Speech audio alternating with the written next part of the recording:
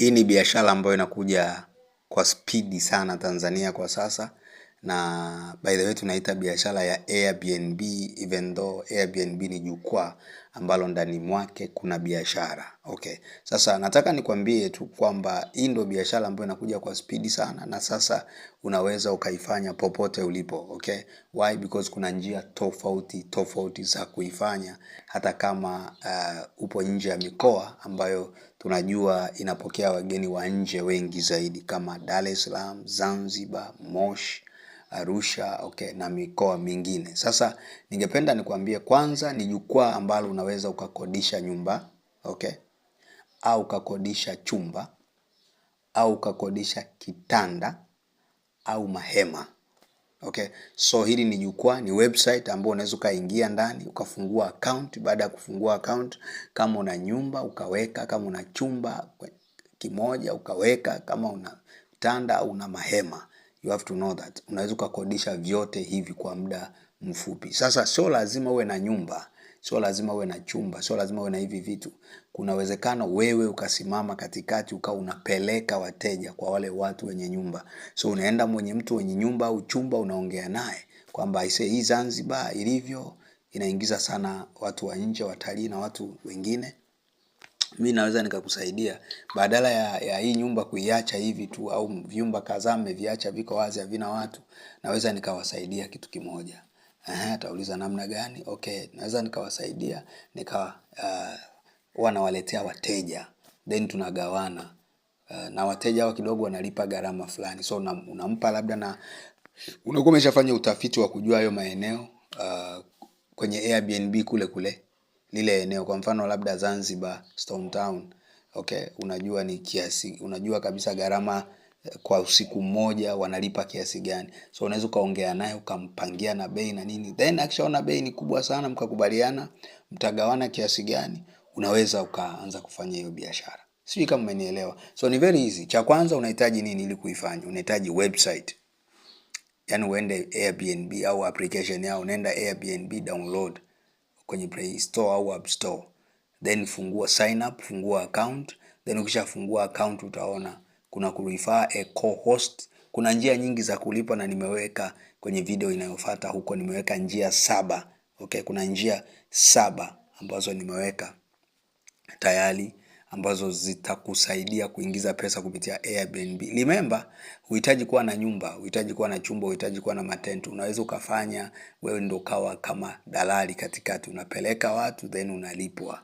Okay? Lakini wengine wanachofanya wananunua nyumba, yani wanaikodi, sio kununua nyumba, wanaikodi nyumba labda kwa miezi 6.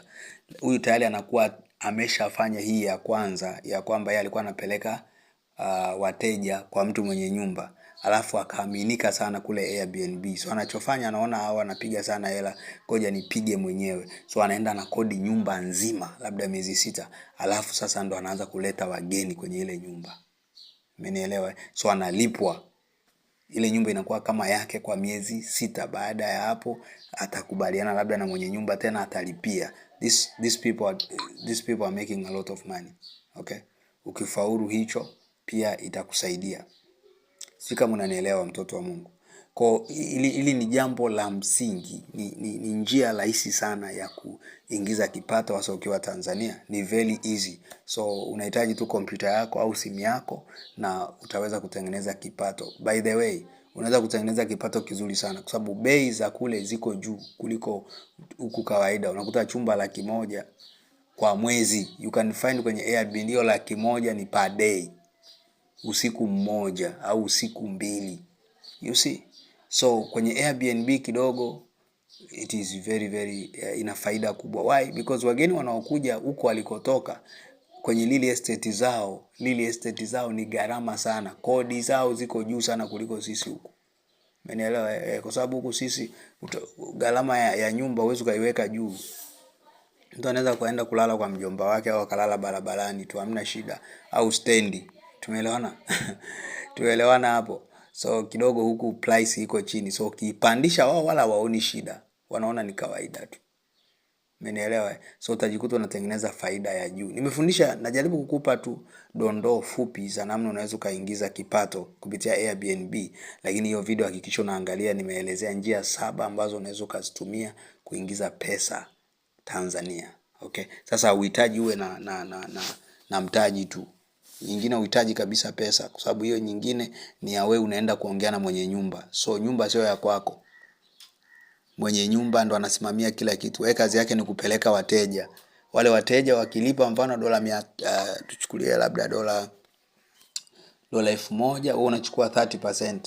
Okay? Kwenye dola 1000, 30% yako unachukua. Maana yake yeye anachukua dola 700, unachukua dola 300. Sio ni kama 700 na sehemu. You see? So una uwezo wa kutengeneza zaidi ya 700 na zaidi. Umeelewa? Cha msingi ujue, kwa sababu kwenye Airbnb you have to know namna gani unaweza ukanasa wateja. Lazima uwe na maarifa ya digital marketing. Sometimes tunafanya Google Ads, okay? Sometimes kama hivi lazima uwe na channel ambayo unafundisha watu ili watu wakutafute direct, sometimes kwenye email, kwenye namba yako. Then wazungu wakutafute kwenye email. Okay, then you can speak to them, then unawaambia mnaweza mkaingia, kwa sababu Airbnb wao wanataka malipo yote ufanye kule. Okay. Yes. Na wazungu kidogo watakuamini zaidi ukiwa wapi kule kwenye Airbnb, ili aangalie pia na wewe ni mwaminifu kweli. Sawa Yes, wakiona unaaminika inakuwa very friendly.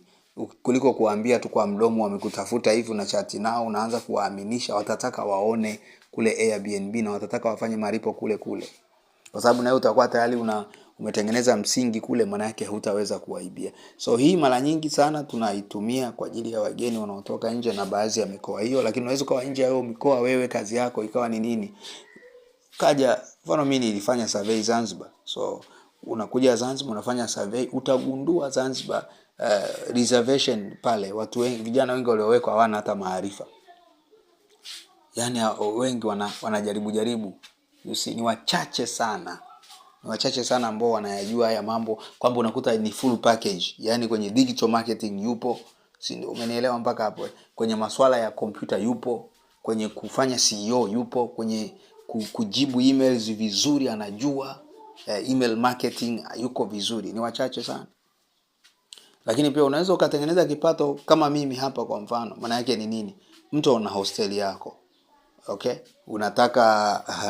Unataka kupata wateja kupitia Airbnb na kuna ugumu unaupata. Maana yake tunakusaidia. We know how to do what we call digital marketing. So ni njia ambayo unaweza kaitumia. Au una nyumba yako, unataka watalii labda wao wanakuja wanafikia hapo. So unawapataje? Unaweza usijue namna ya kuwapata. Njia rahisi ya kuwapata ni kwenye Airbnb, lakini kwenye Airbnb tu sio kufungua account. Lazima uwe na maarifa, lazima ujue namna gani unaweza kuwashawishi hao watu wa kuamini, lakini pia waweze kufika. So hii ni biashara ambayo ni rahisi sana. Unaweza kutengeneza pesa kubwa, pesa nzuri tu, na tunaiita biashara by the way, lakini ni jukwaa ambalo ndani mwake ndo kuna biashara. Na ukiwa mwaminifu sana na ukaweka picha nzuri, kwa sababu lazima uweke picha ya hiyo nyumba, ya hicho chumba, vitanda labda hayo matent, ili mtu akiyaona pia avutiwe. Ni very important. Japokuwa ukiweka picha za uongo utafungiwa. Okay, so ukiwa muongo kidogo, Airbnb itakuwa na changamoto. Nitakufundisha sheria ambazo Airbnb lazima uzingatie kabla hujaanza kuingiza faida. So you can make a lot of money kupitia Airbnb, na hii utoki jasho. Ni wewe na simu yako, okay? Na uaminifu wako na moyo wako mzuri. Cha msingi jua kuwajibu vizuri. Ukishafaulu kuwajibu vizuri, wa kwanza huyo atakurate akakupa nyota zote.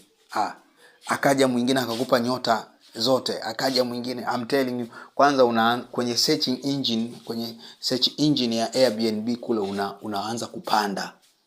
So mtu tu hata kama ni mgeni akifungua tu account, akiingia tu Airbnb, unakuwa suggested labda kwa Zanzibar, kwa Arusha, kwa Mombasa, kwa wapi, unakuwa suggested. Okay? Unaweza kuwa Mombasa, unaweza kuwa sehemu yote, unakuwa suggested wewe hapo. Tumeelewana mpaka hapo? Yes.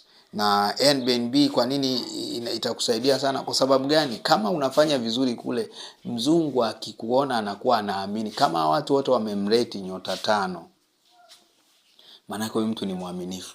So kama kila mteja ambaye atakuja utahakikisha una communicate naye vizuri, utajikuta kwamba hao wanaleta tena watu wengine.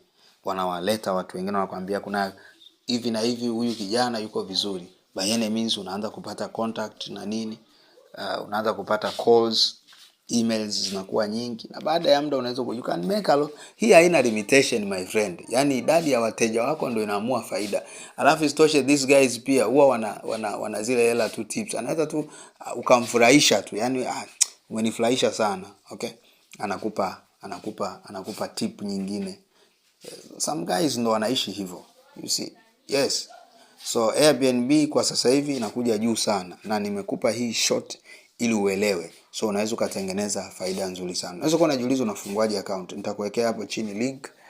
Unaweza kufungua kwa kutumia hiyo link hapo chini, na itakuwa vizuri sana sana sana. Sasa nikutakie siku njema. Kama hujanielewa unaweza ukanipigia simu kwa ushauri 0754958520, na sio lazima uwe Dar au Zanzibar. The problem hata walio Zanzibar na wenyewe sometimes wanajisahau, walio Dar wamejisahau, walio Arusha ni vijana wachache sana ambao wamechangamka. Wamechangamka. Unaweza ukaacha kazi yako kabisa kama utaona tayari imeanza kulipa. Uzuri ni kwamba ukishapanda kiwango au rating kule Airbnb, na hela yako haishuki. Labda msimu tu uchafuke, lakini at the same time hata ukichafuka sisi tunajua hadi namna ya kuboost wakati ambao msimu umeharibika. Kwa sababu sio kama msimu ukishuka eti kwamba hakuna wateja. No, wapo. Unatakiwa kuwatafuta huko walipo, kuwafuata huko walipo. So kuna tekniki nyingi sana za kupata wateja Airbnb. Naendelea kufuatilia hapa, hakikisha umesubscribe ili uweze kufundishwa namna unaweza kaingiza kipato kupitia mitandao ya kijamii hapa especially kwenye eneo la BNB. Nitakufundisha vitu vingi sana kwa sasa.